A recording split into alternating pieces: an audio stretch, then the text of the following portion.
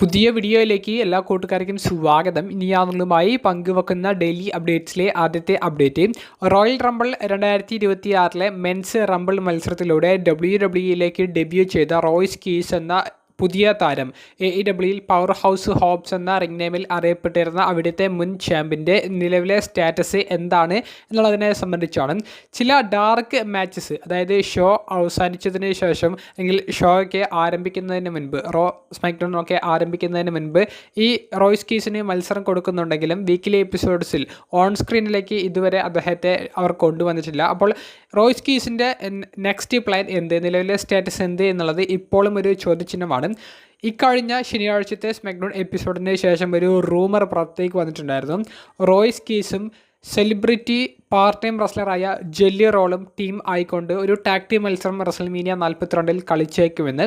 നിലവിൽ wrestling ഒബ്സർവറുടെ latest report പ്രകാരം അത്തരത്തിലുള്ള ഒരു പദ്ധതി ഇല്ല എന്നുള്ളതാണ് അവർ റിപ്പോർട്ട് ചെയ്തിരിക്കുന്നത്. അതായത് റോയ്സ് കീസിന് റെസ്ൽമേനിയ 42 ഒരു ടാഗ് ടീം മത്സരമോ അല്ലെങ്കിൽ ഒരു മത്സരം പോലും ഉണ്ടായിരിക്കില്ല എന്നുള്ളൊരു അപ്ഡേറ്റാണ് നിലവിൽ നമുക്ക് അറിയാൻ സാധിച്ചിരിക്കുന്നത്. കൂടാതെ റോയ്സ് കീസ് ഏത് ബ്രാൻഡിൽ അദ്ദേഹം റെപ്രസെൻറ്റ് ചെയ്യപ്പെടാൻ പോകുന്നു എന്നുള്ളതിനെ സംബന്ധിച്ചും ഒരു കൃത്യമായിട്ടുള്ളൊരു ക്ലാരിഫിക്കേഷൻ നിലവിൽ ലഭിച്ചിട്ടില്ല. രണ്ടാമത്തെ അപ്ഡേറ്റ്, WWEയുടെ ഹോൾ ഓഫ് ഫെയിമേഴ്സായ ബെല്ല ട്വിൻസ് എന്ന് പറയുന്ന എക്കാലത്തെയും മികച്ച വുമൺ റെസ്ലേഴ്സിനെ സംബന്ധിച്ചാണ്. നിക്കി ബെല്ല, ബ്രീ ബെല്ല തുടങ്ങിയവർ ഈ റോയൽ റംബിൾ 2026 കൂടി WWE ഒരു പുതിയ കോൺട്രാക്റ്റ് സൈൻ ചെയ്തു എന്നുള്ള ഒരു വാർത്തയാണ് നിക്കി ബെല്ല അവരുടെ പോഡ്കാസ്റ്റിലൂടെ ഇപ്പോൾ വെളിപ്പെടുത്തിയിട്ടുള്ളത്.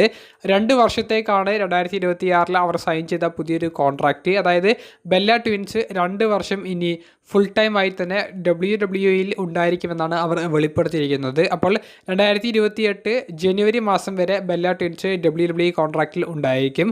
അപ്പോൾ അതിനുശേഷമാണ് അവരുടെ ഭാവി എന്ത് എന്നുള്ളതിനെ സംബന്ധിച്ച് നമുക്ക് ഇനിയൊരു അപ്ഡേറ്റ് ലഭിക്കുകയുള്ളൂ. നിലവിൽ WrestleMania 42 Bella Twins women's tag team story ലൈനിൽ ഉണ്ടായിരിക്കുമെന്നുള്ള ഒരു അപ്ഡേറ്റ് ആണ് അറിയാൻ സാധിക്കുന്നത്. മൂന്നാമത്തെയും അവസാനത്തേതുമായിട്ടുള്ള ഒരു അപ്ഡേറ്റ്, റോ എപ്പിസോഡിൽ എന്തുകൊണ്ടാണ് ബ്ലഡ് ലൈൻ്റെ പഴയ പ്രതാപകാലത്തെ സെഗ്മെൻറ്റ്സിന് അനുസൃതമായിട്ടുള്ള ഒരു സെഗ്മെൻറ്റ്സ് നമുക്ക് കാണാൻ സാധിച്ചത് എന്നുള്ളതിനെ സംബന്ധിച്ചാണ്. അതായത് റോമൻ റീൻസ് കാറിൽ നിന്ന് വന്നിറങ്ങുന്നു, ഊസോസുമായി സംസാരിക്കുന്നു, അവിടെ കൊണ്ട് അവസാനിക്കുന്നില്ല. ഇവരുടെ ഒരു ബാക്ക് സ്റ്റേജിൽ ഇവരുടെ റൂമിലിരുന്ന് ഈ 3 പേരും സംസാരിക്കുന്നതായി നമുക്ക് കാണാൻ സാധിച്ചു.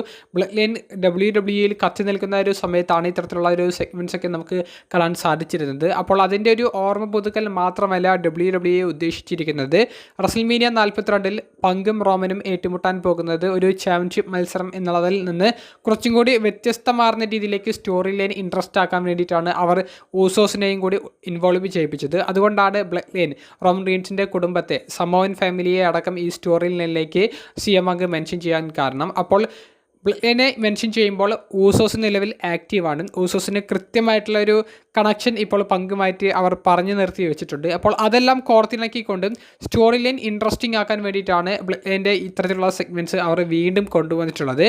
ഇതുമാത്രമല്ല, നെറ്റ്ഫ്ലിക്സും ആവശ്യപ്പെട്ടിട്ടുണ്ട് റോയുടെ വ്യൂവർഷിപ്പ് ഉയർത്താൻ. അപ്പോൾ റോയുടെ വ്യൂവർഷിപ്പ് ഉയർത്തണമെന്നുണ്ടെങ്കിൽ ബ്ലഡ് ലൈൻ്റെ സെഗ്മെൻറ്റ്സ് അനിവാര്യമുള്ളതാണ്. ബ്ലഡ് ലൈൻ്റെ സെഗ്മെൻറ്റ്സ് കാണാൻ വേണ്ടി, ബ്ലഡ് ലൈൻ്റെ ഓരോ സ്റ്റോറി ലൈൻ സ്റ്റെപ്സും കാണാൻ വേണ്ടിയിട്ട് ആളുകൾ ഇപ്പോഴും വലിയ ഇൻവെസ്റ്റ്മെൻറ്റ്, അവരുടെ ടൈം സ്പെൻഡ് ചെയ്യാൻ തയ്യാറാണ്.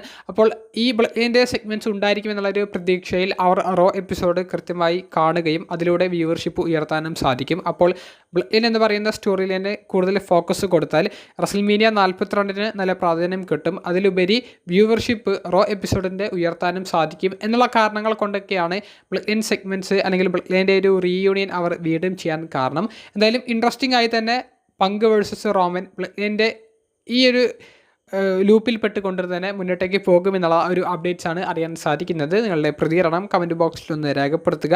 അപ്പോൾ അടുത്തൊരു വീഡിയോയുമായി കാണുന്നത് വരെ ബൈ.